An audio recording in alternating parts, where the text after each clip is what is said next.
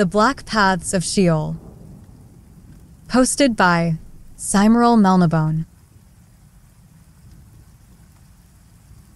There are those of us who, no matter how much we succeed in life, will always feel as though we somehow fluked our way into that position.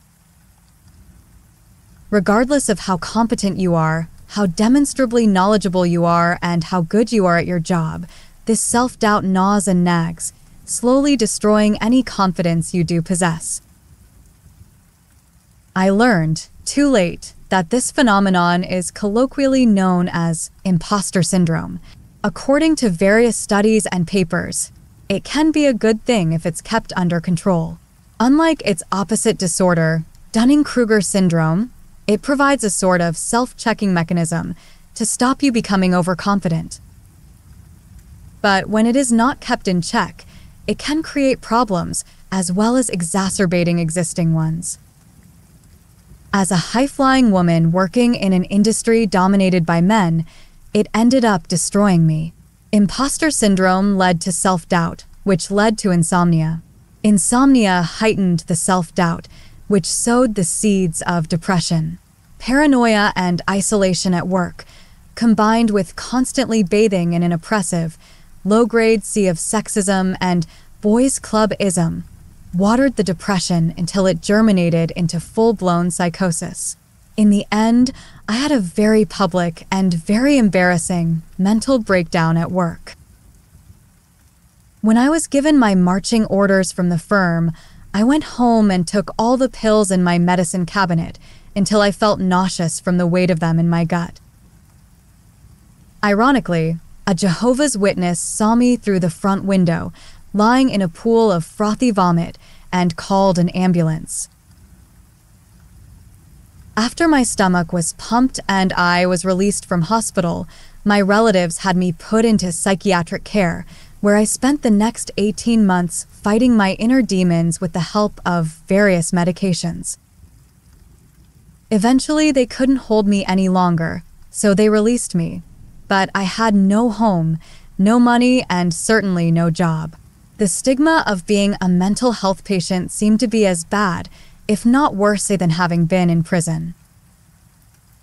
At least with prisoners, I heard a man say outside a cafe, "You know they've served their time and probably learned their lesson." With crazy people, you never know when it's all going to flare up again, but you know that it will.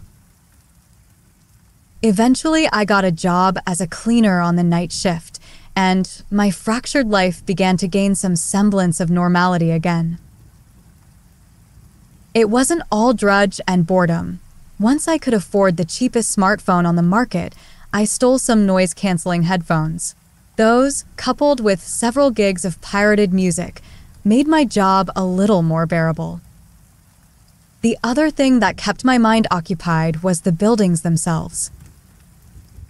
Our crew did a lot of old government and ex-government buildings, which were built on top of much older buildings still. I'd finish up as quickly as I could, then use my remaining 40 minutes to explore the basements of these ancient places.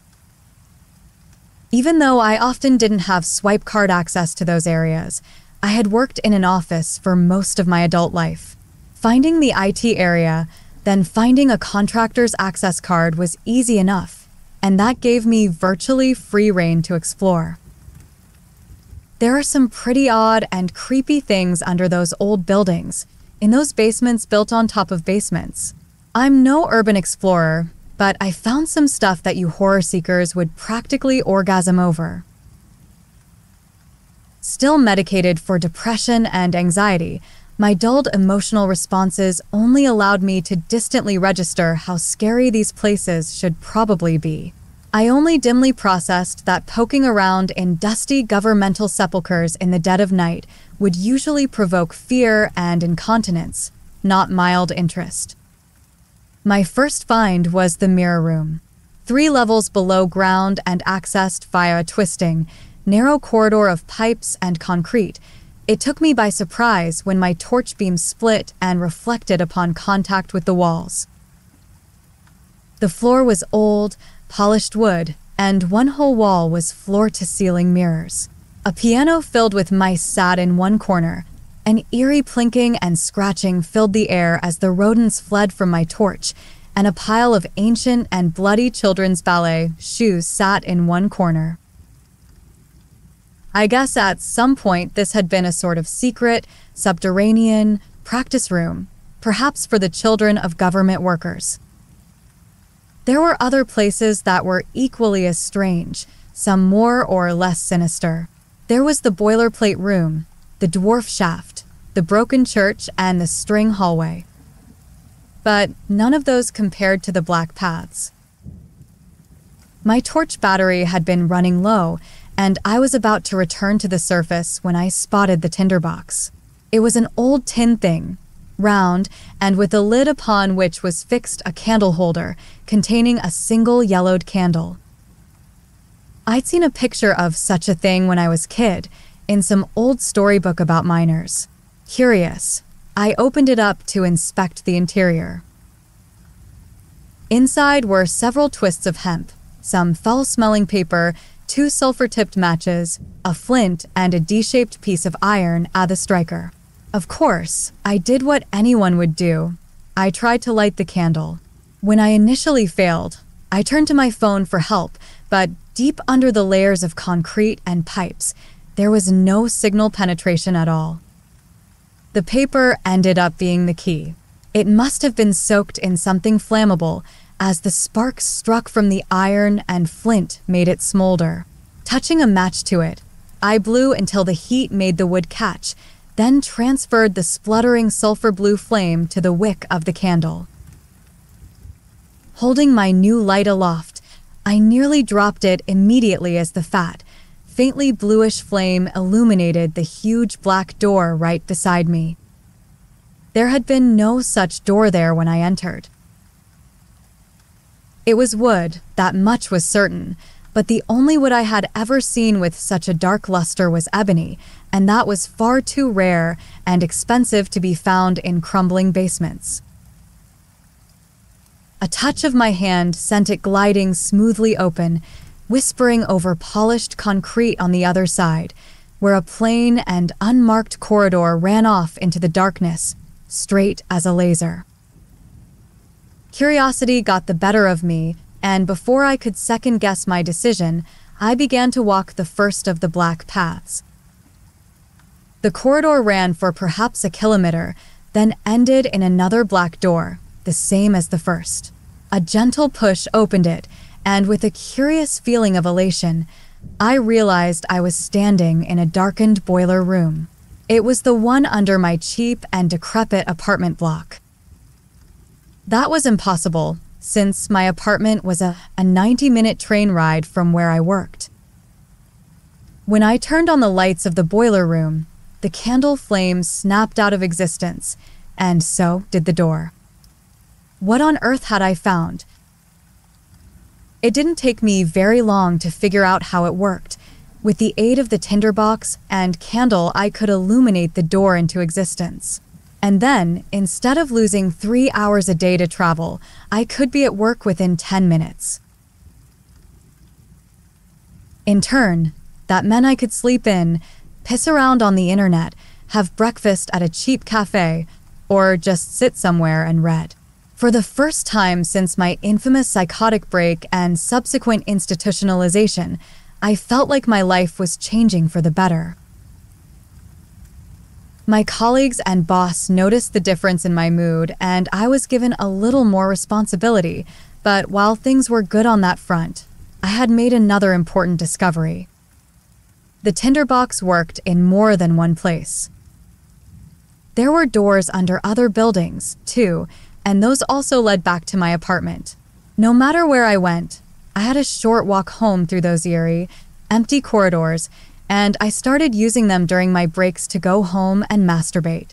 Why masturbation, you might ask? Well, with the growth in confidence came a drop in my medications, and without so many drugs in my system, my libido began to return with a vengeance. I also noticed that the lifeless concrete corridors had changed slightly. No longer still and empty, a faint breeze gusted through them, seemingly speeding my race home to my laptop and my vibrator. I think, for the first time in years, I was actually enjoying my life. And it was only going to get better from there. My promotion to shift manager meant more money, which I used primarily to experience a vice that had lain dormant for a long time: food. Being dirt poor doesn't give you many culinary options. Rice had been a staple for so long now that I reflexively ignored most aisles of the supermarket. Then, on one walk home through the chilly darkness of the tinderbox tunnel, thinking about groceries and edible luxuries, I emerged somewhere new. The ancient and moldering basement of a supermarket warehouse. Cold from my jaunt through the tunnel, which had taken longer than usual, I stared at the massive crates and pallets of foodstuffs surrounding me, washed by the flickering flame of the never-diminishing candle. It doesn't take a genius to figure out what I did next. I loaded up on as many luxuries as I could carry, and over the next few days I made more and more return trips until my cupboards were overflowing with all the nice things I'd been missing for the past few years. I didn't even mind the extra distance of those tunnels.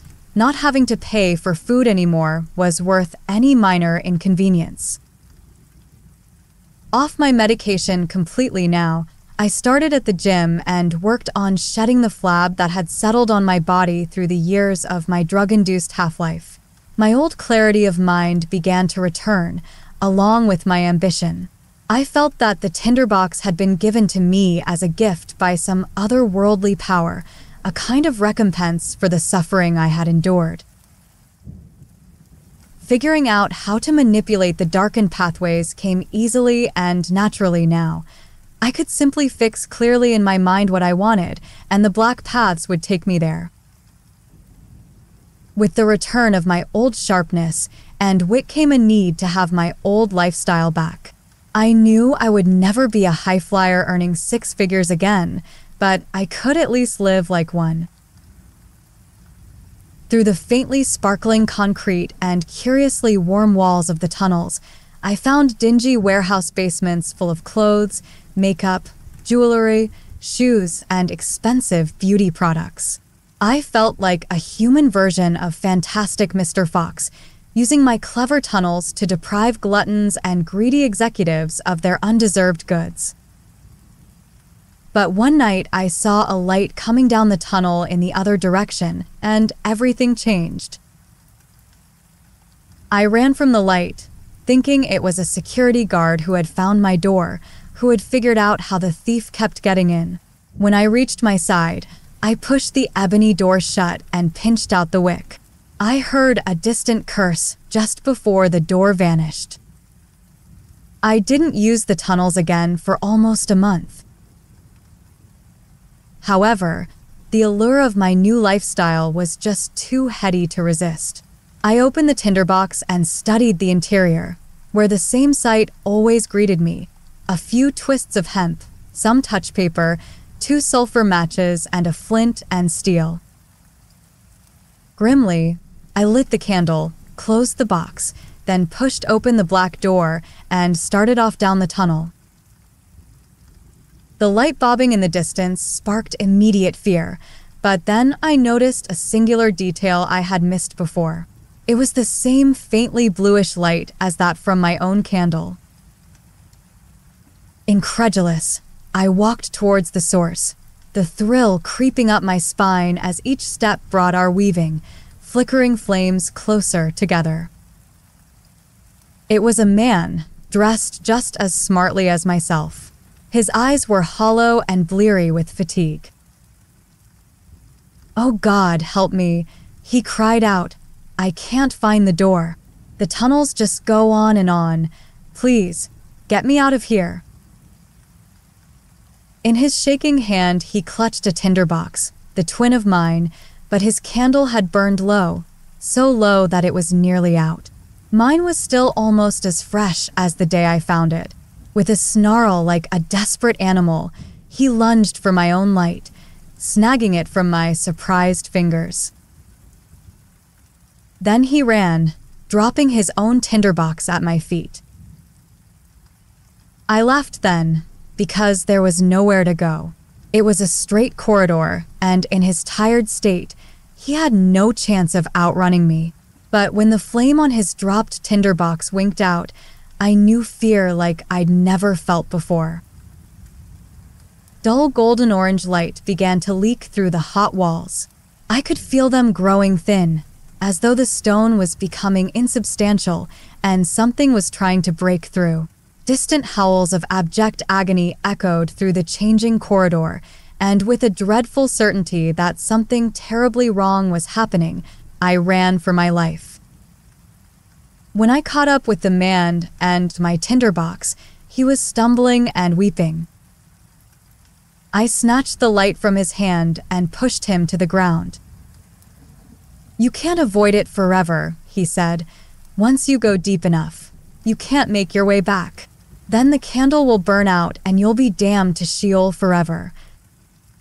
He was on his knees, weeping and shaking his head. A pool of golden light had appeared around him on the hot stone floor. "What's happening?" I asked, the syllables trembling off my tongue. "The inevitable," he replied, then hands of molten gold reared up from the circle and pulled him through the floor, with a terrible hissing of superheated metal meeting mortal flesh. With a final wail of wordless pain, the man was gone. I really tried to stop using the tinderbox. Cut off from my primary sources of pleasure, my mood began to suffer and the depression surfaced again. I promised myself I'd use the tinderbox sparingly, that I'd spend as little time on the Black Paths as possible. But even with the gold drowned, agonized face of the man etched into my mind, I couldn't stop myself. I began to grow angry at my own weakness, frustrated and irrational. My candle was still intact and barely spent. For all I knew, it would last a lifetime. Maybe when the man found his, it was already nearly gone, and he just wasted it exploring lengthy pathways to improbable places. It was then that I began to notice the words scratched into the tunnel walls. They were not in English, and technology seemed to freeze and die on the Black Paths, so I had to copy them by hand and attempt to translate them on the surface. They were written in Hebrew, I quickly discovered, and when I took a Hebrew dictionary down with me to try and figure them out, they chilled me far worse than any threat of reinstitutionalization or public meltdown. According to the story carved along the walls, I was damned. "You cannot stop using it past the fourth circle," the words told me. "It is worse than addiction, worse than any vice ever created. The tinderbox can give you anything you want, except escape from the Black Paths of Sheol." The writing rambled on about immortal souls and damnation for some time, before it gained clarity again. "And so eventually the doors will cease to appear and the flame will burn out. Then the black path will fade, and you will be dragged through to your final resting place in the appropriate circle of hell. Once you are gone, the tinderbox will slowly work its way back to the surface again, where it will find another to corrupt and begin its journey anew." I remember sitting in shock, reading the final words. But I have learned, through another I met on the paths, that if you take the tinderbox down, as far down as possible, to the final circle, it will be trapped there forever. And so I, Rabbi Lemuel, will take this accursed tinderbox into the bowels of hell, unto the throne of Satan himself. In doing so, I know I will damn my immortal soul for all eternity, but it must be done. May the Lord accept this paltry sacrifice to save the legions who would have followed me. I pray with everything I have left that you do the same. The tinderbox sits on the bedside table, battered, old, and seemingly so innocent. I haven't used it for 2 weeks, but it gnaws at my mind, filling my head with thoughts of boundless luxuries, justifiable revenge, sweet perversions, and luscious treachery. It tells me I could have my old life back. It tells me I can avoid the fate of both the gold-drowned man and the rabbi, because I am different, because I am so much better than anyone else. So I sit here now, holding the striker in my hand, a sulfur match at the ready. I just hope that I can make it to the final circle of hell before the flame burns out.